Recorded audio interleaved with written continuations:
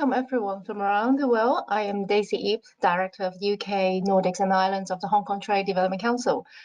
Thank you very much for taking time to join us today on the Future of Sourcing on Sustainability webinar. Just before we go into the panel discussions, may I take this opportunity to introduce who we are, the Hong Kong Trade Development Council, HKTDC, and what services the HKTDC offers to businesses globally. So Hong Kong Trade Development Council, the HKTDC, is a statutory body which promotes Hong Kong and develops Hong Kong's external trade, has been facilitating SMEs to grab business opportunities and open new markets through its global network via physical and digital platforms. With 50 offices worldwide and over 50-year experience in global trading and sourcing, the HKTDC uses its network to connect quality international buyers and suppliers via various physical fairs and digital platforms. Hong Kong Trade Development Council introduces Exhibition Plus, a brand new exhibition model integrating online and offline trade show formats, extending face-to-face interactions from its world-class exhibitions in Hong Kong to an online smart business matching platform to help you connect business partners proactively. Also with the Click to Match, a smart business matching platform, boosts advanced technology and easy operations, providing users a variety of functions and features such as AI recommended leads, precise search, appointment making, video conferencing, instant messaging, and translation, as well as file sharing and to ensure easy communication between buyers and exhibitors. With physical exhibitions, the Click to Match is an intelligence hub at HKTDC.com sourcing. We can now experience a unique sourcing journey with Exhibition Plus. And the good news is in October, we're relaunching our trade fairs, and there are 5 tech fairs under one roof: the Electronics, Electronic Asia, ICT Expo, Lighting, Outdoor and Tech Light Fair. And the physical version will be from 13th to the 16th of October in Hong Kong. And then the online version will be from the 13th to 23rd of October with the Click to Match platform. This is a trade fair in hybrid format, capturing the benefits of physical and virtual exhibitions to facilitate the sourcing of products and services and the exchange of insights between businesses. And with the theme Innovations for Better Living. So there's a barcode here, the QR code here. Please do log in to have a look at what we're offering in this fair. We are also organizing a symposium on innovation and technology on source sustainability on the 13th of October. It will be the first day of the tech fairs in Hong Kong, and the symposium will also be live streamed. So looking forward to seeing you all there, and we will send over the registration details in due course. And let me just quickly go through what we offer on the HKTDC.com sourcing. It is the Hong Kong's first large-scale B2B marketing platform introduced by us, the HKTDC, in 2000.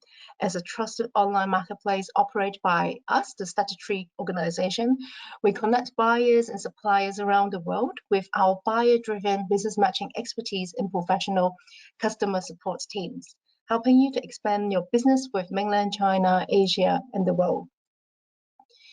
And the platform so far has already brought together more than 130,000 suppliers and over 2 million buyers, facilitating over 24 million business connections a year. The platform was revamped in October 2020 and gaining the traction of strong growth on the website visit and buyer inquiries since the relaunch. And what's more, check out our blog website and news bites to catch up with the latest sourcing news and trends to facilitate your planning. Sourcing experts around the world are invited to contribute articles and speak for webinars regularly to share tips of sourcing in different aspects and industries.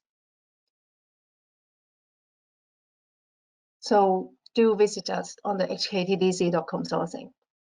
And now, may I start the discussions of today's on the sustainability of the future of sourcing? And let me just, we have 3 very good speakers there, very experienced and expertise in this aspect. So first, we have Helena.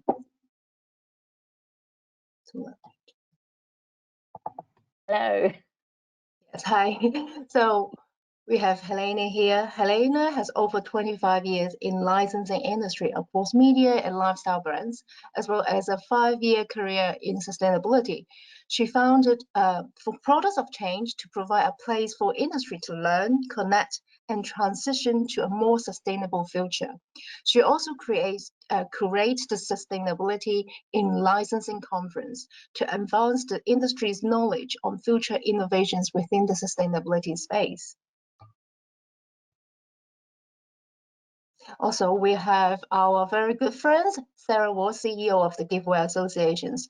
Coming originally from a blue chip retail background, Sarah then worked at Penny Kennedy, where she gained extensive knowledge within the card, wrap, and stationery areas of business. Her role at the GA is to offer help to everyone from established companies to startups, manufacturers, and retailers.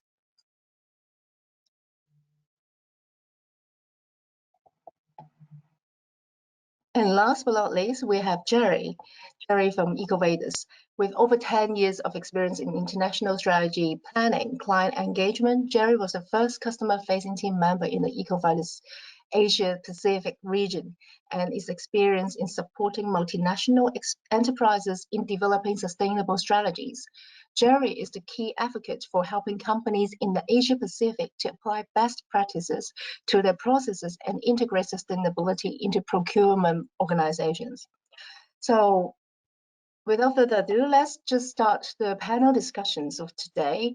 Perhaps shall I start the panel discussion by asking Sarah about the trend. What are the current trends and appetite in Europe for sustainable product and service as you talk to your members almost daily, and how well prepared are the suppliers in this regard? So Sarah, the floor is yours. Thank you, Daisy, and welcome everybody. So when you asked us to talk about trends, I hope you don't mind, Daisy, but I put together a little bit of a speech because I think it's sometimes hard to offer enough information that's relevant for the audience. And with us not knowing everybody, looking at the numbers going up quite rapidly at the moment, I've put a few different elements together. So what I wanted to first start with is the fact that sustainability itself is classed as a trend, but actually we all know that it's not a trend itself. It's something that is here to stay, and all businesses who've got an ear to the ground are making an impactful change to improve our environment. This is a positive and major shift that we've seen over the past years in the sort of giftware, home and creative sectors. Although in these tumultuous times, if that's a good word, moving forward can have its challenges. So I was reading actually last night, Mintel has put together like a sustainable barometer, which is quite relevant actually to our sort of member businesses and the sort of sizes of SMEs that are in the UK at the moment. And I've just picked out a couple. The first one is that it says that in the UK, 39% of our consumers were concerned over extreme weather changes. The second was 53% also feel that if we act now, we still actually can do something significant to save the planet. 51% believe that their behaviour can make a positive difference to the environment, which is really encouraging. But 20% of consumers bought or will be buying products that certify to pay fair wages. An insight into sustainability and sourcing trends is visible through, we run a Gift of the Year competition. The Giftware Association added an ethical and sustainable category some 4 years ago, and it has been our fastest growing category. It spills into all the others. Interestingly, over 50% of the entrance products and companies have a sustainable story. Whether that's through discernible sourcing or the decision a business takes in its new product development. Our view is that this will further grow as the consumers' mindsets and companies will need to develop much greater in the future. The retailers that judge this competition make it very, very clear to us that they are looking for more sustainable products as they are further influenced, obviously, by the end consumer. Some stats which predominantly come from our crafting sector, but are very relevant to the gift and home, are from a survey of some 2,000 SMEs and crafters. 73% of buyers try to support a local or small business when buying craft items. 52% always try to buy British made products when they can, and especially in the crafting. Of 100 plus suppliers and shops that were surveyed, in 2021, there was a 9% increase, just 29%, who provided environmentally friendly choices. Minimising excess packaging grew from 19% in 2020 to 30% in 2021. In 2020, just 13% kept up to date with environmental changes, but we've seen that rise significantly over 2021 and 2. It's probably sort of in the mid to high 20% now. 19% of businesses in our sector are open and transparent about their sourcing. And I think you joined us, Daisy, at our meeting where we had some members actually being open and transparent. As this webinar is about the future of sourcing responsibly, it's key to note that we've seen a rise in our industry of businesses wanting to reflect that within their company practices. Take one of our members, a company called Talking Tables, who have just acquired their B Corp status. They join a growing number of companies that are reinventing business by pursuing purpose as well as profit. We would see this growing within our sector, obviously, over the next few years. When sourcing, the industry has been affected by pandemic and challenges such as closure of borders. There has also been an increase in the fluid digital platforms, allowing sourcing to be done remotely, negating the need for travel, which this demonstrates an ability to cut back on some of the travel and carbon footprint raised this way, as well as being able to build relationships through the increased use of technology. From a meeting last week discussing sourcing, it was interesting to note that a lot of sourcing countries have already adopted sustainable practices and are further willing to learn from the companies who source from them. It is this willingness that probably isn't always in the eye of the end consumer, which is where we've seen the storytelling being so important with product. Where has the product been sourced? Where are the technology improvements? What are the processes and methods?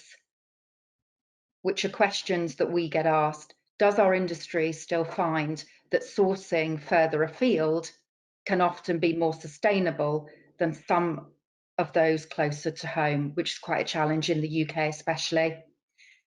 So to end, the key takeaway from us when researching sustainability is that there are more businesses who have it in their strategy than those who haven't started yet.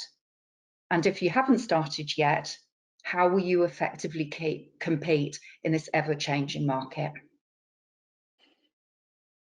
Thank you, Sarah. I think you've covered quite a lot, not just the trend, but also leading on to the question about what we are going to talk about with Helena and Geri about the technicality and the practices and what are the technical issues that buyers or manufacturers need to face in terms of the on the sustainability space.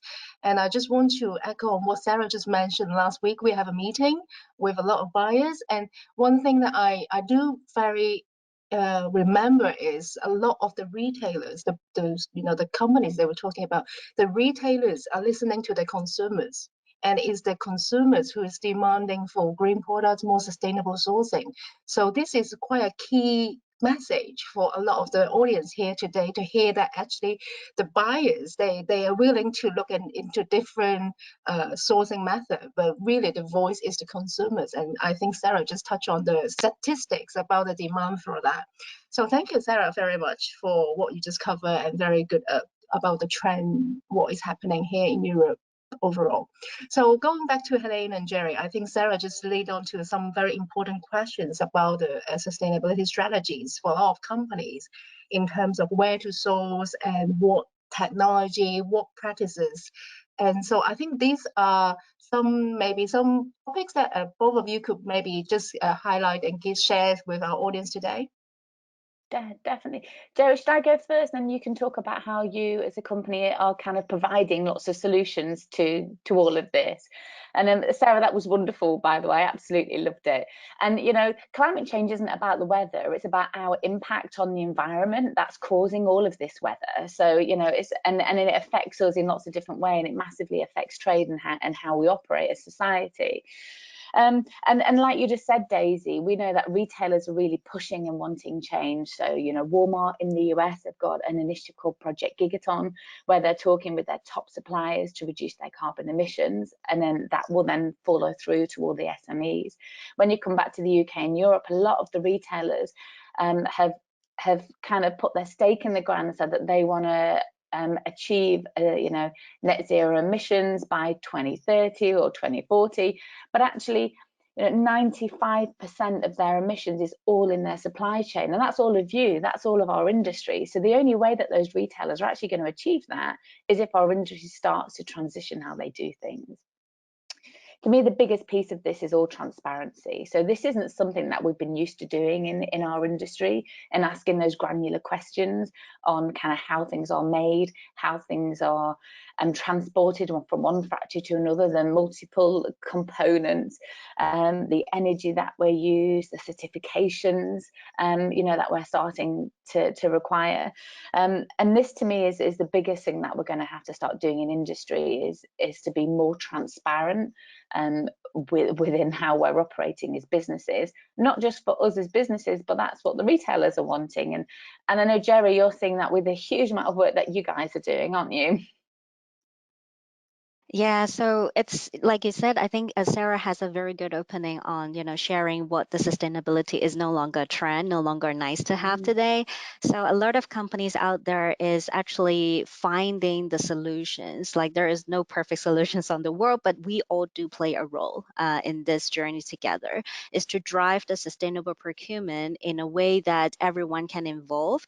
So what we have been doing with different companies like multinationals companies, what they see sustainability is already a core mission that they take into a very deep consideration in their strategic making. So it's been a journey from what we have been driving over the 15 years with all these different multinationals around the world. From what I can see is this is something that APAC, like Asia region, is going to ramp up really fast about that, because like you said, there is a lot of companies committing net zero targets in a certain time frame. So it's not about whether they want to do it or how fast they want to do it. Is we need to start playing a role in it. And what we've seen in a lot of case study with multinational companies is that they already have a very solid framework. Like, for example, they engage their top 1,000 or up to 10,000 suppliers from the start. So I use the word engage is because they absolutely need some time to digest, you know, how they should communicate about this with all the internal and also external stakeholders. So often the case that from what we can help is to have a solution that allows them to scale up the the journey in the pace that they really want to achieve, and also enable them to scale up the the businesses that to drive the sustainable procurement in a pace that they want. So in here, what we also help is with companies that is like a mid-size or even small and medium enterprise, what they actually see the difficulties to get started is they basically know the importance, hearing from the consumer, hearing from their clients' needs that this is something they need to take into account.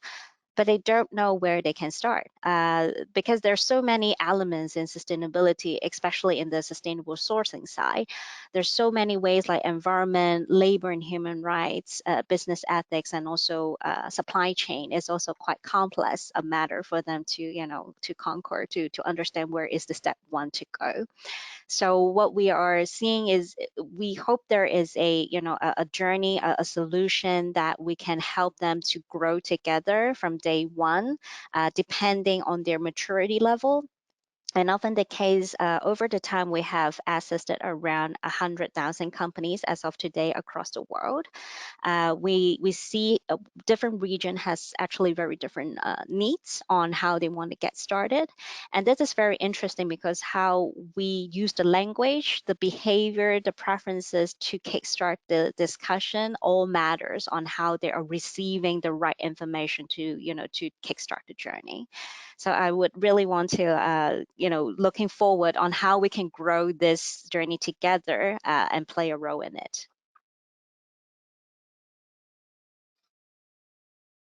Thank you, Helena. Thank you, Geri. I think that's what we like to hear about what Geri mentioned about a lot of multinationals are already involved with the strategies, but a lot of the SME actually they don't know where to start, and is a big, like you said, sustainability is a big topic, and there are lots of things, carbon footprint and also local sourcing. A lot of this they all play into that category. So I think this is why we're here today, just to share the experiences and just to, for a lot of the audience here today, maybe they are really on that step one. They really want to know what is the step one, and so what are the trends here. So that is really good that we've just touched on the technical preparations.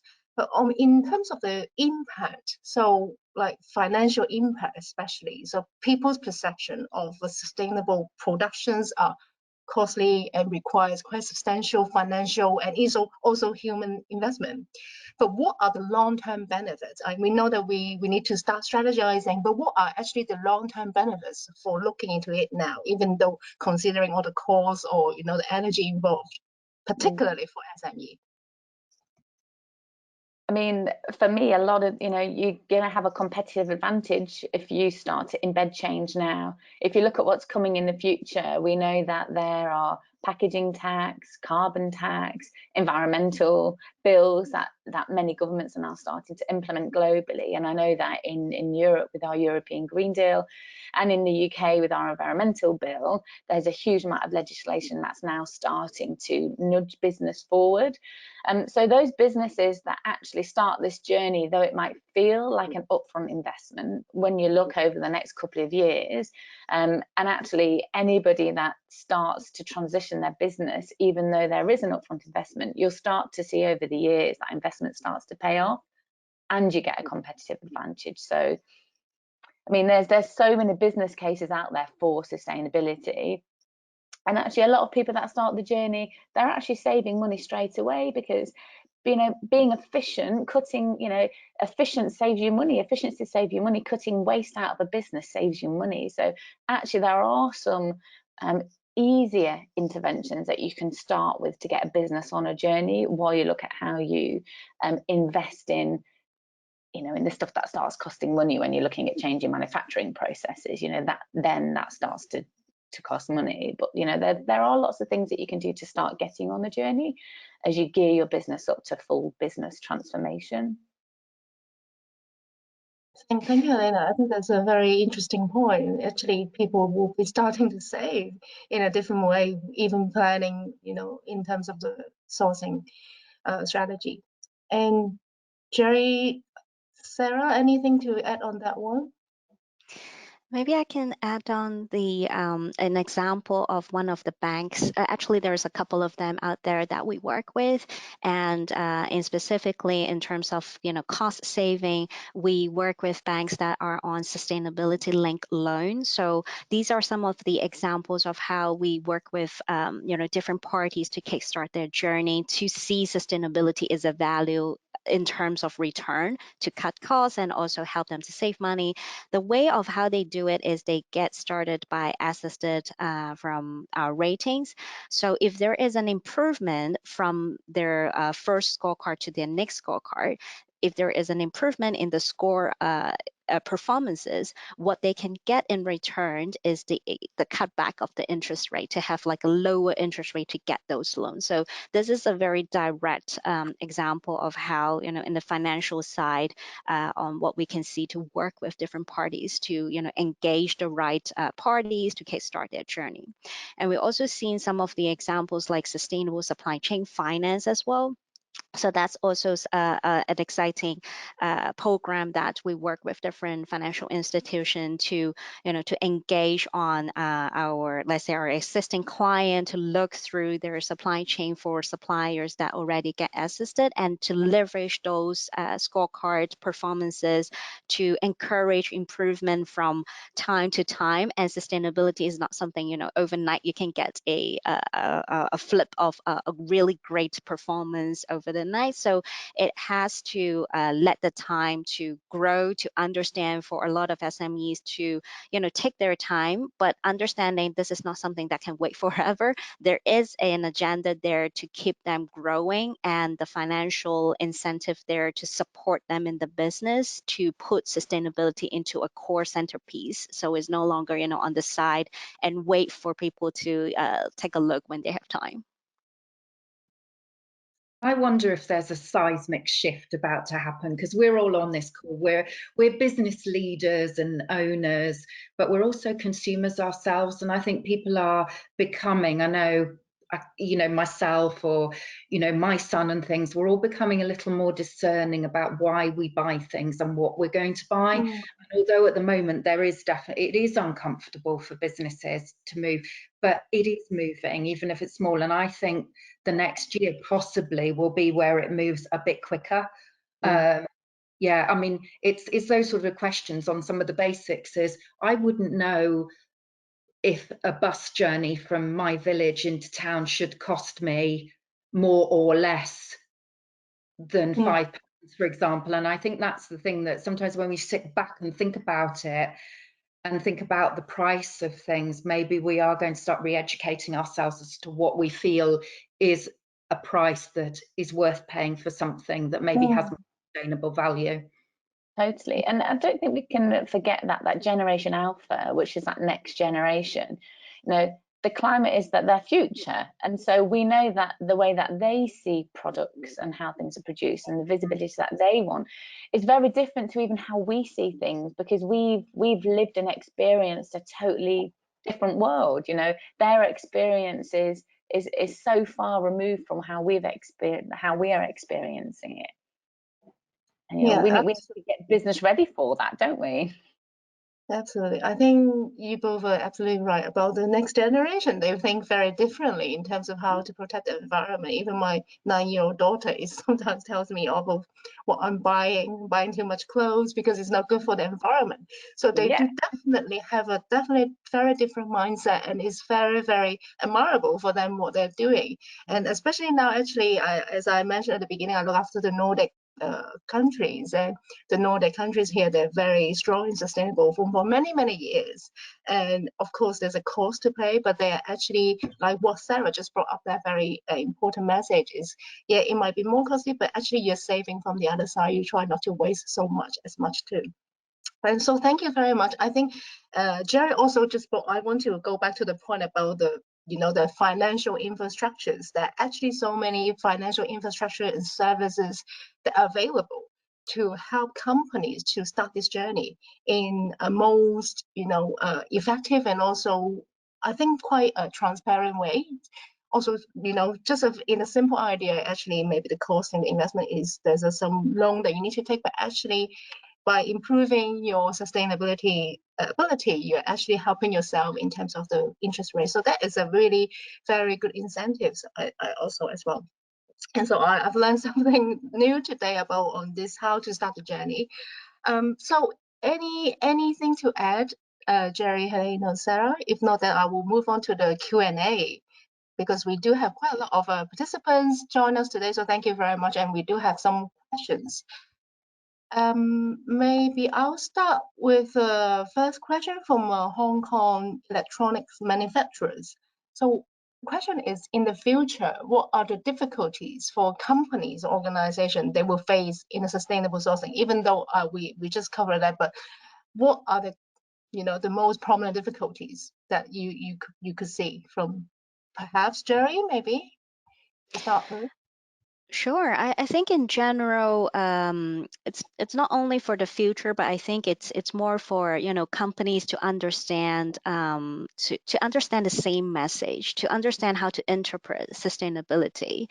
It's something that a lot of companies is currently experiencing, and for those that haven't started yet, then this will be their future difficulties to get started. So I think from what we see, some of the best practices clients in the way of how they communicate with the right message is they have a lot of different internal campaigns from top-down approach. They have a very clear message from their C-level executives that this is something that they will roll out in a certain period of time, like let's say next 3-5 years, and the objectives is very clear and direct because of the net zero, because of reducing the carbon emission in their scope 3. So this is all a kind of example of how a clear message can be built with an objectives with a clear time frame.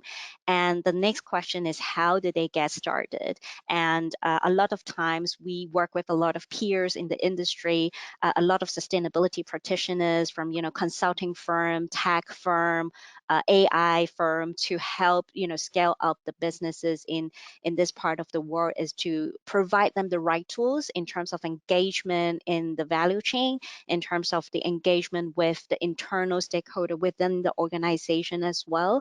So these are all the solution, I would say, although it's talking about difficulties, but I already see there is a lot of solutions out there. And I think this is the right time, the perfect timing to get started in sustainability. You have the financial incentives, you have the right, I would say the atmosphere from everyone is talking about it, to help growing the knowledge in different levels of companies as well. So this is what I could foresee in the future, in the soon future. Thank you, Geri and Helena. Sarah, anything to add on that question? I mean, to me, the amount of legislation that's coming out, and I said before, the transparency, I just think that we need the systems in place to enable us to do that easily. And at this minute in time, they're not there. There's a lot of different certifications that you can get, and they all cost money. So how does that all get linked into the supply chain, and who pays for that? Because obviously this stuff's really important. So I think we're going to have a bit of a shift of kind of communal payment of things within the supply chain, and then it all coming down to one party. I think that I think the power shift has to change as well. Yeah, thank you. And I've got a question from Italian electronic manufacturers. I think we've covered in the discussion just now. Are there any mandatory regulations to comply about the sustainability of the products imported in Europe, or if there will be any? So I think, Helena, you're the expert on this one. Will you be able to So there's quite a lot, and even throughout Europe there are different regulations in different countries. So France at the minute has the most strictest law on plastics. We've got new packaging tax, we've got the European Green Deal. So even the Commission and Marketing Authority, as far as how you market your products, when it comes to marketing sustainable products, there are companies that are now being fined for misleading. So there is, so I don't think I could mention it all in 5 minutes. There is a huge amount of policy and direction that's coming definitely from Europe. In the US, again, there's nothing really that's coming out federally, but actually if you go to New York, there's new legislations coming out within fashion. If you go to California, there's new legislations within plastics and electric. So I would always just go and check government websites, because there is a huge amount that's coming up as far as legislating. And actually, on that note, we got a question from a live audience here. From textile industries, he or she is asking about if there's any platform that we could keep track of the laws and bills that are already effective or to be effective regarding sustainability, like the anti-waste or circular economy law in France. for example? So Textiles Exchange is a fantastic website or a great organisation to join. There's a huge amount of information that's available for free, and then you can actually join them as a membership organisation, and they give you all of the latest up to date when it comes to fashion and material sourcing, Okay. within fashion and textiles. Okay. Well, thank you, Helena. That's very useful. And there's another question from Hong Kong, also on the fashion, clothing, accessories. Importer is a distributor agent. There is always an MOQ on production, which is not sustainable in retail perspective. So how to balance that? I think probably Helena or Geri will you be able to answer that very true, but also quite a challenging question. Well, to me, it's all about kind of setting the new future as well on what you want the future to be, because if you always go by the way it's always been, then nothing's ever going to change. So I think it's all about, yes, there are MOQs, but you're looking at just the price of buying that product. If you were to look at actually how much of that product gets sold through, how many of it comes back, and you were to look at it as a whole business case, maybe buying more isn't cheaper, because down the line you get stuff back and you've got to get rid of it. So I think you have to look at the whole chain, and maybe you do, you do a limited run, and if it sells out, you do another limited run. I think that we need a whole business model transformation as well. And I think it's like shipping, isn't it? Unfortunately, we've set ourselves that problem, because if the demand continues to still be there, then factories can insist that they're followed. But if we reduce the need for the demand, or say the demand is less, then that is going to move things and try and adjust to Helena's point of trying to have that sort of new normal of that if an MOQ was 1,000 plus or something, then actually the starting point should be 500 pieces now, and that yes, it could be slightly more, but in the long run, that's going to be better. I think that's Geri. Anything to? Oh yeah, I was just saying, I can't agree more with both Helena and Sarah's point of view in here as well. Is most of the time when we look into the problems, it's always the tip of the iceberg. You only know the top, the surface of everything. But when you look beyond that to understand the true cause behind all this, is actually way more expensive. But maybe it's not coming from your pocket, but it's coming from elsewhere. Maybe it's from some of the developing countries to who to digest those excessive production.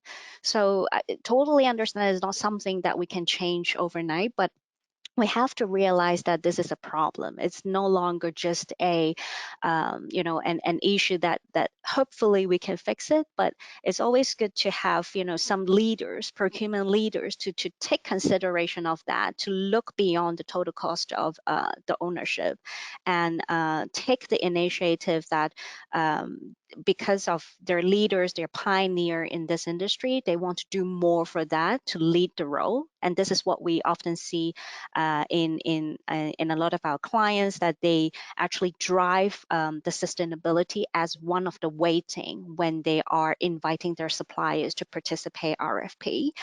So take, for example, some companies will look into not only their cost, quality, and also delivery. They take sustainability into one of the elements, whether they met the the threshold of that, to take into consideration. And there's also almost 56% out there in the industry, in the market, is that they are willing to discontinue cooperation with those suppliers that continue to fail the sustainability performance. So there is actually procurement leaders out there that is taking a firm approach. It's not something that they just want to test the water. They actually take it very seriously, and that's why we're all here to discuss about there's problems, there's also solution, and we're there to support everyone to take start to understand how we can go through this. That's very good, Geri. I think you just mentioned on this one actually also the questions, because we have a question coming through, how there's no such tax in Asia. There's no the tax or the bills that Helena just mentioned. in Asia is a completely different mindset. So is one of the questions is how do they convince the management to increase the price when you do the procurement? And what you just mentioned brought up is, there's a problem there, there's solutions out there, and there's demand, and there's a reason for that. And also there's another question about ESG, how willing are the consumers willing to pay for that increased price? And I think Sarah, at the beginning about the trend setting, clearly state that there is a huge demand, and I can also vouch for that comment, because when I was with Sarah last week talking to different buyers, there's the retailers here is really asking for that because the consumers are asking for that. So I don't think that there's a huge question mark here about are they willing to pay. They are willing to pay if it's worth it, and what just the speakers have already covered about what they're willing to pay and what they might not be paying more on the other side of the products. So I've got another question is, what do you think are the crucial factors for theoretical domain framework or copy for sustainability? Do you think Geri or Helena can answer the questions? Do you mean, say that again, but did you say what's the main, what are the main things to focus on? I don't quite understand the question properly. Yeah, I think the question, it means that what are the crucial factors that is for to set up the framework to start the sustainability, like the copy journey. I think that is really the question. What are the crucial factors they need to look into? And Geri, you might want to lead on more than this, but what we do with companies, we say that, what is your biggest impact? Where is your biggest environmental impact, and how do we start to reduce that? Now, as you start to reduce that, how do we then look at, energy efficiency, transportation, waste within the business? Maybe would be great to have a zero waste policy. And then looking at what are the solutions to all of that as well. So zero waste to landfill. So kind of looking at all the different areas of your business, looking at how to reduce your impact, and then we would put a plan together to kind of focus on the biggest impact area, which for a lot of people it's the energy that they use, whether it's through transportation or manufacturing process. So how do you use renewables? How can you work with your partners to reduce the impact in that way? And Geri, I'm sure it might be quite similar the way that you work with your partners. Yeah, so definitely. I think it's also a good approach to understand where your company is standing today, where are your maturity, and don't be afraid to face that maturity, because there definitely is a process for every one of us. When you mentioned when we are a child, we can't just take up to the university level when we're small, right? There is a journey. So we have to understand, first of all, evaluate ourselves, our company journey. Where are we today? It's no shame to say, oh, we're just a beginner. It's actually already a good start that you take this acknowledgement, and then you see where is the gaps are, and then you build a program for your company. And because there is different industry, there is very different regulations, compliance, and also best practices across different industry. So what it really is really try to embrace that to get started first, and see where the gaps are, and have I think right now in the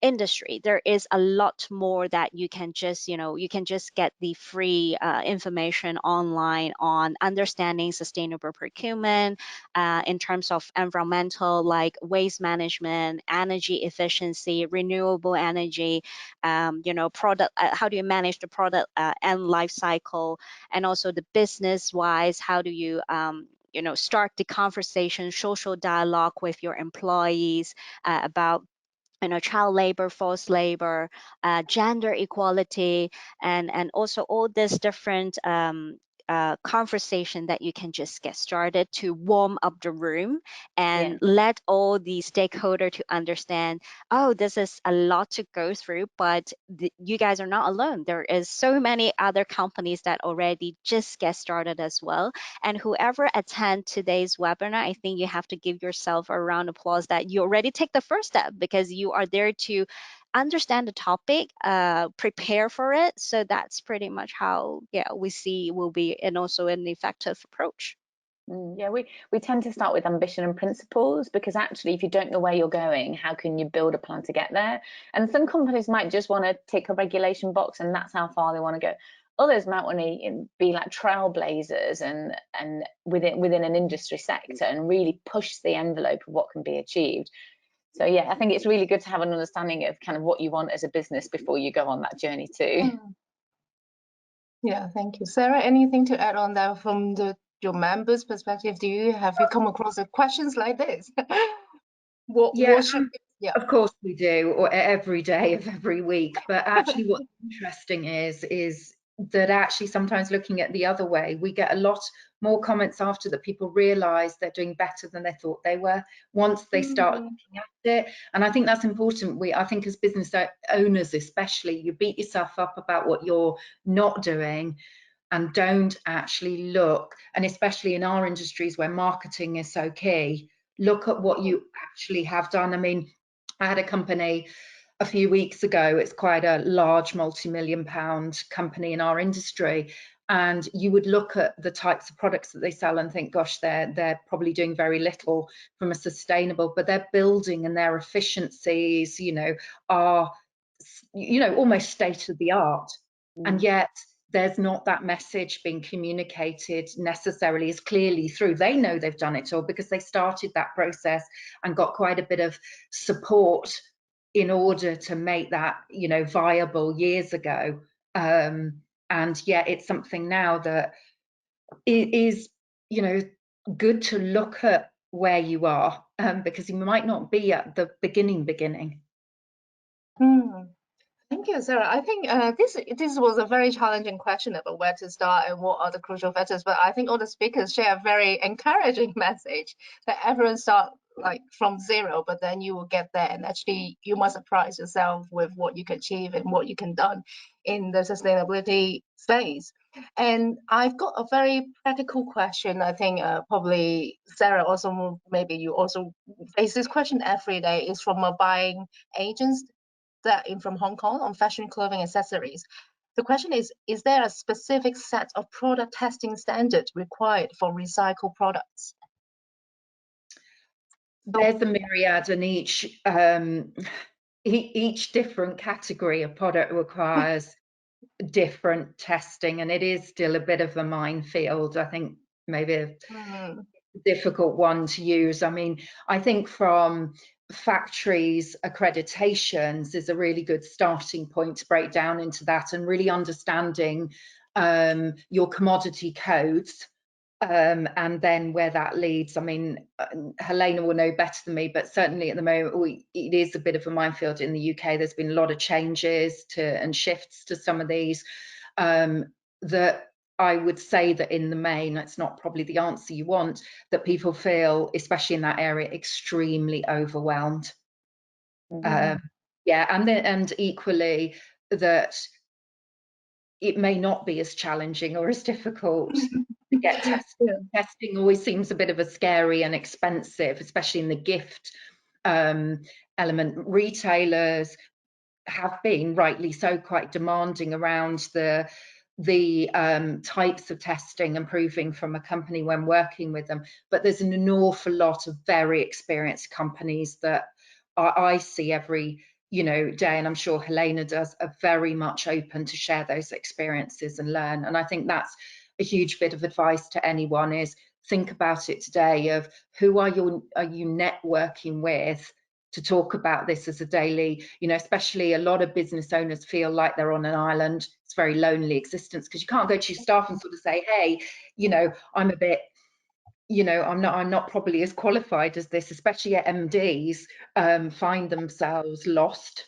But there is an awful lot of support out there. I find it all the time to myself. I don't work now, I advise around stuff like that, but when you're not in it day to day, it is very overwhelming. So I don't know if it quite answers it, because there are so many different product testing requirements, so many different legislations around those, so many complexities around the commodity codes and the shipping and everything else.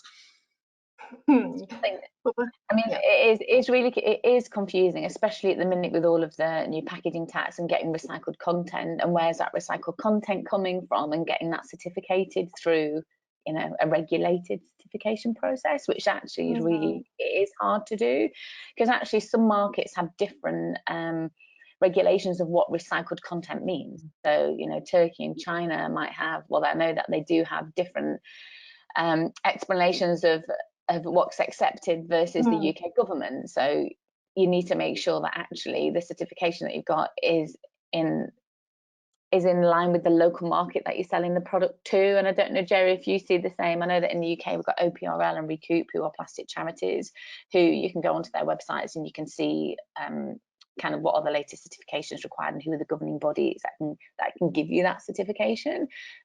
There's too many to say here, but I know that there are places that you can kind of go to get that information. Yeah. And instead of like the Institute of Exporting, that's a great place to start with stuff, because they you know, especially if you are importing or exporting, then somebody like that who's, you know, team is specialized just in that area can navigate that journey far quicker than probably a lot of us that have a lot of connections with that. But for one company the solution might be different, so that's a great place that I found our members use.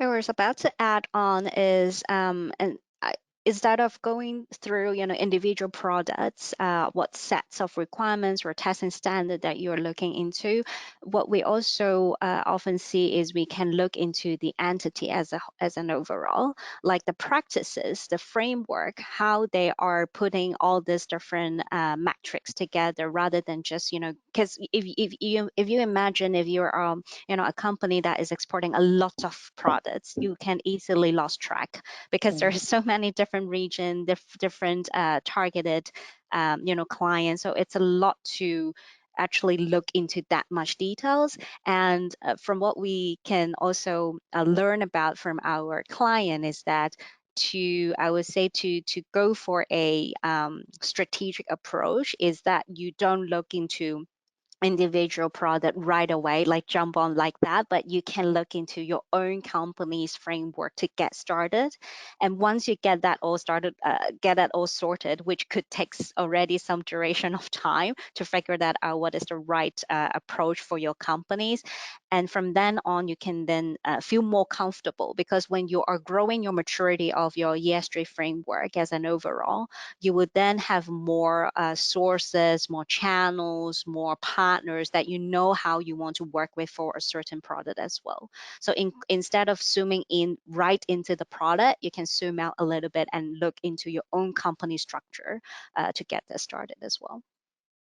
Okay, well, thank you, Geri. And I think we all have a very holistic approach, and also for these questions. We do have about 7 minutes left. May I just fill in? We have lots of questions, but don't worry. I'm sure that we will be able to answer your question or connect you with the speakers afterwards. Just on one question on the jewelry and watch sectors is from Poland. How sustainability applies in jewelry business, especially in sourcing gemstones? Well, Helena, do you have an answer of that? Yeah. Well, I know that you work with the Jewellery Association, so I didn't know if you wanted to say anything first, Sarah. Well, the obvious, I personally am not a gemstone expert, but I do hear that in the office every single day. And my advice, I mean, certainly there is the National Association of Jewellers, which very much, I think there's quite a bit of information currently on their website in regards to gemstones. So sorry that we can't be more helpful today, but certainly, Daisy, if they drop me an email, I will make sure that passed on to one of the experts within that sector. Definitely. And I think it's all about gaining more transparency, you know, asking where they're sourcing them from. Do they, you know, do they know where they're getting those gemstones from, that reputable company that you might be working with? So I think it's about asking all those questions. Geri, anything? Yeah, transparent. Yeah. Transparency. Yeah, definitely. Transparency is a key thing, and also when I think we can link up to two areas in here is a lot of the case when we're looking into the jewelry business, we also look into their policy or framework in terms of how they're managing their conflict minerals to try not to, to gain enough of transparency on how they're handling those labor and human rights issue, which is a lot of the problem in the conflict minerals area. So that will be also something a lot of the jewelry businesses that they prioritize this part of it to kickstart their sustainability. But of course, transparency in the overall is very much needed in this industry to make sure that there is, the right momentum to understand what is the core in terms of the sustainability in their industry, and also how they can, prioritize the area like conflict minerals, managing their labor and human rights policies will help them to get started with a very nice approach. Thank you, Geri. That's a very, very well articulated solutions to our answers. So I think we have 5 minutes left, and I want to go to this question to wrap up our webinar.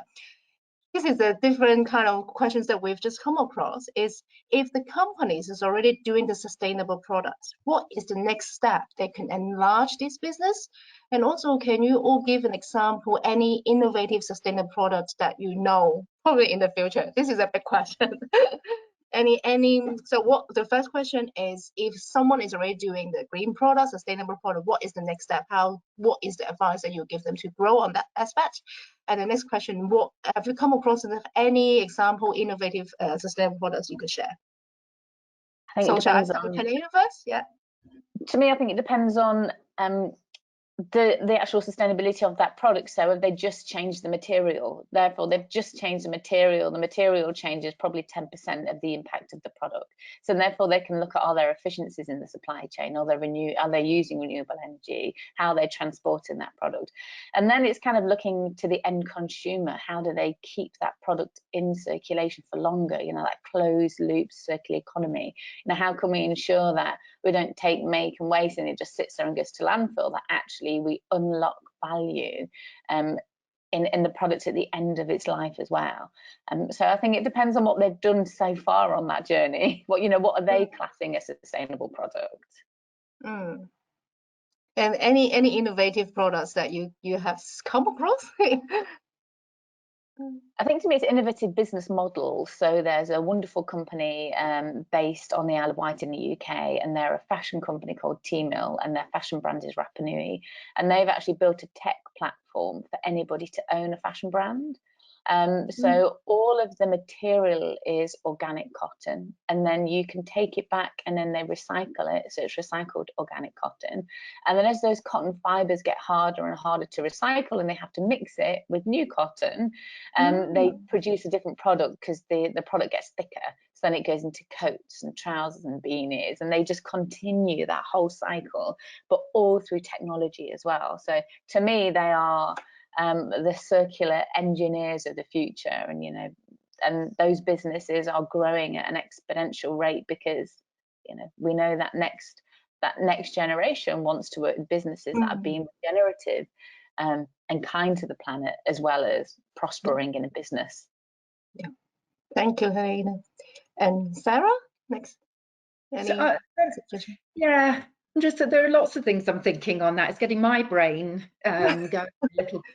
But I think with any type of business, I mean, our industry is massively affected by packaging. That's quite a big area. And I remember actually Helena and I talking at a trade event, and some of the most obvious things in front of you, we're probably not all doing enough to push it to the next level. So for example, this is what Helena said to me, look at this show, absolutely great, because there's all these, say, cardboard bins, or maybe they're plastic bins, so everybody's recycling a coffee cup but putting it into a liner and putting it into a plastic bin. And when I looked at that, sort of thinking, gosh, that's so obvious. But then it's kind of, you can play a part as a business of pushing that. So how do you then get the plastic bin, the utensil, doing that, moving to change that, to remove that from the way that we live in our daily life? And I think within any business sector of ours, I now start thinking wherever I am, or when you're looking at something, what's the next stage? Take the greeting card industry, you know, phenomenal industry in the UK. Thankfully, you know, quite recession proof, you know, has had lots of sustainable changes over the last decade. But again, when people said it about removing the cellophane from there, you know, it's a sort of, oh no, you know, that's comfortable, you'll get your dirty fingers all over it. But actually working together more as an industry, which they did say, well, we can collectively change the mindset. The consumer didn't react as poorly to it as probably expected. Yeah, I think that's a very obvious change, and I noticed most of the cards I bought in the UK now has no cellophane, is all clipped with a paper, and actually it's quite nice. The packaging is nicer with cellophane, so it works very well. So thank you, Sarah. Maybe I'll move on to Geri to maybe give our closing remarks plus answering the questions. For myself, I think about circular economy, which will be something a near trend for us to focus on that, because this is basically a very minimal cost for a materials that you can get. And I can't remember what is the initiative name, but I'm very impressed with their projects about some young fashion designer to start utilizing the waste. It could be plastic waste, it could be papers or any kinds of materials that is categorized as waste. No one actually need it for another use. Then they build it together, or they mix it, experiment it to make it into a fabric, a material that they can put it on themselves, and they walk in the fashion show to showcase how circular economy is. It's a thing that you don't need to spend a lot of money to convert those waste, and you don't need to buy virgin materials to make beautiful clothing. And I think that's a very good initiative in the long run for the young generations to understand, to be inspired that they can apply in fashion, they can also apply in different industry as well. So that's definitely a way to keep motivating and encouraging more different members, different companies, different sector to join the force. Go and check out Junk Couture, because this is a young, this is the one that I'm talking about. Yeah, they're doing amazing stuff, so go check out Junk Couture. And then biofabricate is the next thing as well. So biofabrication of materials. There's so much happening out there with looking at how biology can help us produce. So I think that's going to be a huge area of interest over the next decade for sure. In fact, actually, what to wrap up this, what Geri and Helena mentioned, I think I went to exhibition in Design Museum in London earlier this year. I think the last bit of the exhibition is about the waste age. The exhibition name is called the waste age. Unfortunately, it's finished now. The last bit is about the what you just mentioned about fabric, the technology is using on the fashion industry. So we have covered a lot from production technicalities, the financial infrastructures, and all these practical questions. What is the future? I think we have a very insightful webinar, and I hope everyone joined us found it very insightful and help encouraging as well too. I think the recording will be shared with all of us after the event. But thank you very much, Helena, Sarah, and Geri. And I hope that this is just the beginning of many of us. And we'll do more of this kind of webinar. I think it's very, very useful. Thank you, Daisy. Thank you. Thank you. Thank you all. Bye, everybody, and good luck on your journey. Yeah, join us. Get started. Thank you. Thank you. Bye. Bye.